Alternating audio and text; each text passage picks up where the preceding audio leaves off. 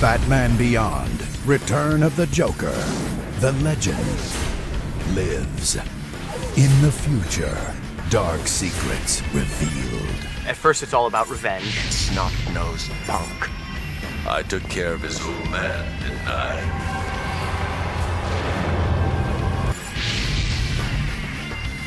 It takes place roughly 50 years in the future.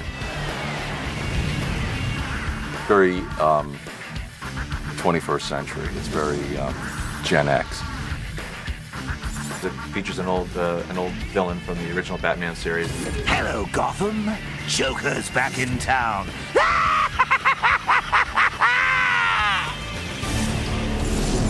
Today we're getting a bat's eye view on the set of the new Batman Beyond Return of the Joker movie. We're beaming in on Gotham. The main thing that gets me psyched up to do it is the fact that I get to say that I'm Batman, which is just the coolest thing in the world. I mean, you know, talk about helping you get dates. It's like, you know, I'm Batman. Meet me at Rhino's. I'll be wearing that dress you like. Whoa. So, Kurt, you are the director of Batman Beyond Return of the Joker. Am I to understand that there are two Batmans now? The main characters would be Terry McGinnis, the Bruce Wayne, of course, as his mentor, and the old Batman. You get, you know, two Batmen for the price of one. The title, Return of the Joker. How does the Joker come back? This is the big one. This is the one where we answer all the questions. I think the video will answer a lot of questions that the fans want to know what happened between the first Batman series and Batman Beyond. You know, kids, a lot has changed while your old Uncle Joker's been away. New Gotham, new rules, even a new Batman. I'm trying to be vague about it. Kevin, as the voice of Bruce Wayne, you must know the latest Gotham gossip. There is a huge plot point which is revealed. Will, you're the new young Batman. What's going on in Gotham this time? Can you tell us anything at all? You do learn a little bit about what happens to one of the Robins. Showtime! It's definitely going to answer a bunch of questions. So, can you tell us a little bit about the animation process?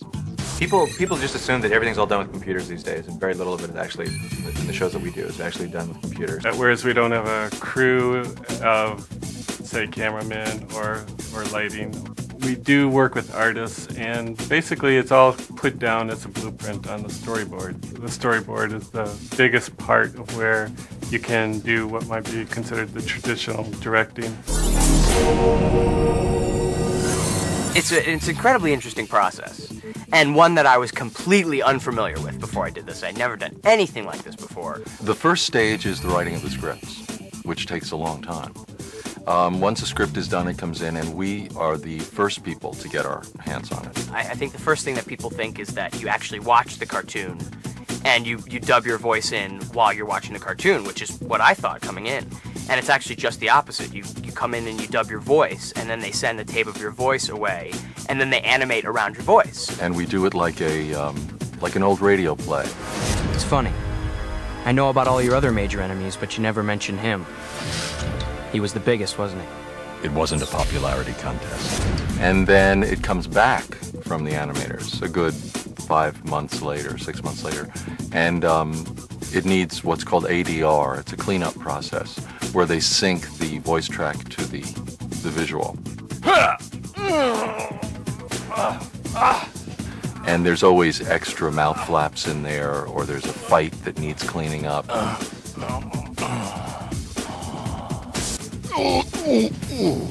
How's that? Hey, there's grunts here and screams there. And Landing grunts. that we dub, syncing visually. Now I get a kicking ha. See, it says right here. Follow your ha with an oof. Ha! Oof! Now, get to the plot points. Well, when we first meet Terry, you know that he definitely comes from a troubled past. He's was a kid who was in juvenile hall and all these kind of things, and his father gets killed. So he basically steals the Batsuit and goes out and starts to fight crime. He's not quite the driven, obsessed, almost psychotic Avenger of Evil that Bruce Wayne is, because he's younger, for one thing. Cool. He's a little bit not happy-go-lucky, but he's got a little bit more of a sense of humor than Bruce Wayne does. It's a school night, boys and girls. I'm gonna have to call your folks. Since Bruce is too old to go out and be Batman anymore, Terry's the field agent. He's the one who actually runs out into the field and fights crime. Sometimes I ask myself, is Batman just a suit, or is he the man inside? Well, this suit is more of a was more designed as an aid to Bruce Wayne because he had become older, so it made him stronger, gave him the opportunity to fly. Synaptic controls, neuromuscular amplification, flight capability. You're Batman. I was Batman. The batarangs, which are the cool little things that Batman always throws, come right out of the suit. And the suit actually can connect right to the car, which is a very cool thing. But as you notice, there's no cape.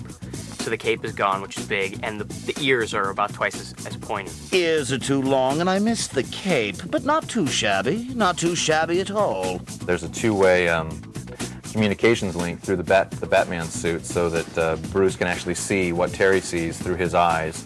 And so he stays in the Batcave and monitors Terry's activities from inside the Batcave. Any word yet? No activity in the last 24 hours. How does the Joker make his comeback? We tried to figure out a really interesting way of bringing him back into the future world of Batman Beyond, and we came up with, I think, was a pretty interesting gimmick on how to do that. It also has a flashback segment that explains what happened to the Joker in the past. It actually details Batman's final battle with the Joker, which is something I'm sure the fans are really curious about.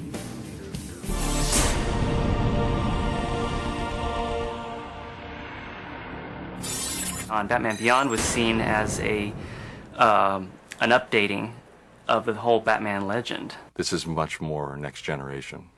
And musically, we wanted to try something a little bit different too. It's like an MTV video done to animation.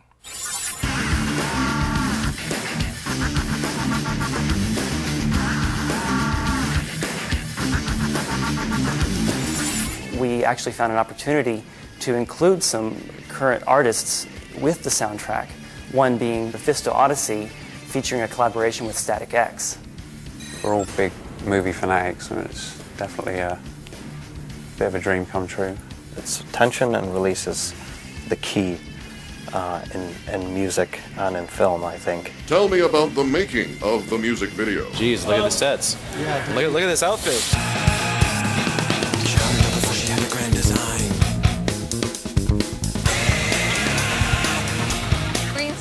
Allows you to film these portions and be able to drop them into the miniature. Roll camera, please.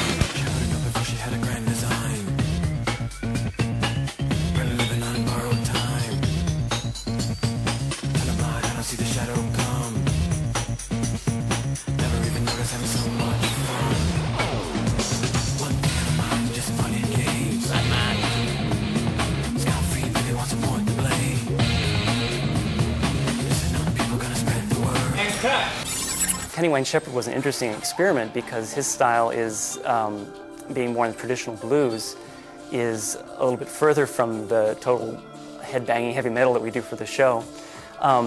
So we just made a new hybrid where we'll have the orchestra, we'll have the heavy metal, we'll have the techno sound that we've had with the show, and then Kenny's very unique blues voice on top of it. So there's this melody that keeps going through the whole, the da-da-da-da. Because that's kind of the Batman Beyond theme, at the very, very beginning, if you could do something similar to that.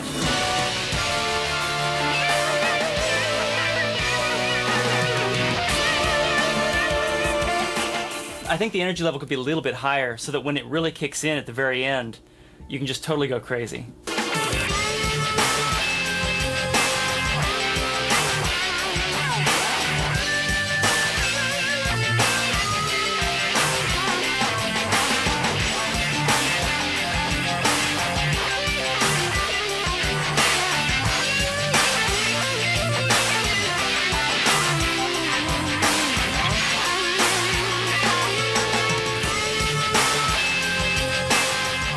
The Batman people called me and asked me to do the new movie, and You know, I mean, I've been a big Batman fan most of my life, and the lead singer of my band is a huge comic book fan, so he was really excited for me when the offer came up. And, you know, I could be able to show my grandkids a Batman movie with my music on it, so that's cool.